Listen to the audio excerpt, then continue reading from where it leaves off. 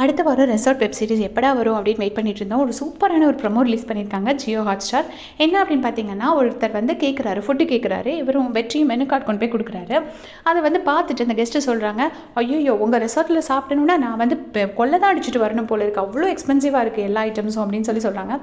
சொன்னோடனே வெற்றி வந்துட்டு இதை வச்சுட்டு ஒரு ஐடியா பண்ணுறாரு. என்னென்னா, ஓஹோ எல்லா கெஸ்ட்டுக்குமே வந்து வர ஃபுட் ஐட்டம்ஸ் எல்லாமே காஸ்ட்லியாக இருக்குது அப்படின்னா நம்ம வந்து தனியாக சமைச்சு இவங்ககிட்ட அந்த ஃபுட்டை சர்வ் பண்ணோம்னா நம்ம கொஞ்சம் தனியாக சம்பாதிக்கலாம் அப்படிங்கிற மாதிரி ஒரு ஐடியா பண்ணுறாரு.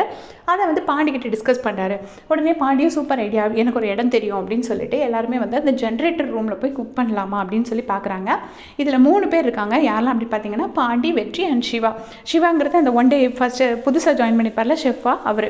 ஸோ 3 பேரும் சேர்ந்துட்டு ஜென்ரேட்டர் ரூம் க்ளீன் பண்ணி இங்கே குக் பண்ணலாம் அப்படின்னு போய் பார்க்குறாங்க. அங்கே பார்க்கும்போது அந்த இடம் சரியில்லை, வேறு யாரோ வந்துடுறாங்க. ஸோ பயந்துடிச்சு அங்கேருந்து ஓடி வந்துடுறாங்க.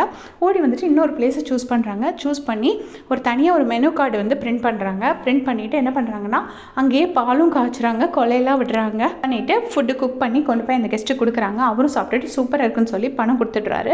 ஸோ ஃபஸ்ட்டு பணம் சம்பாதிச்ச சந்தோஷத்தில் இவங்க 3 பேரும் பயங்கரமாக குதிக்கிறாங்க.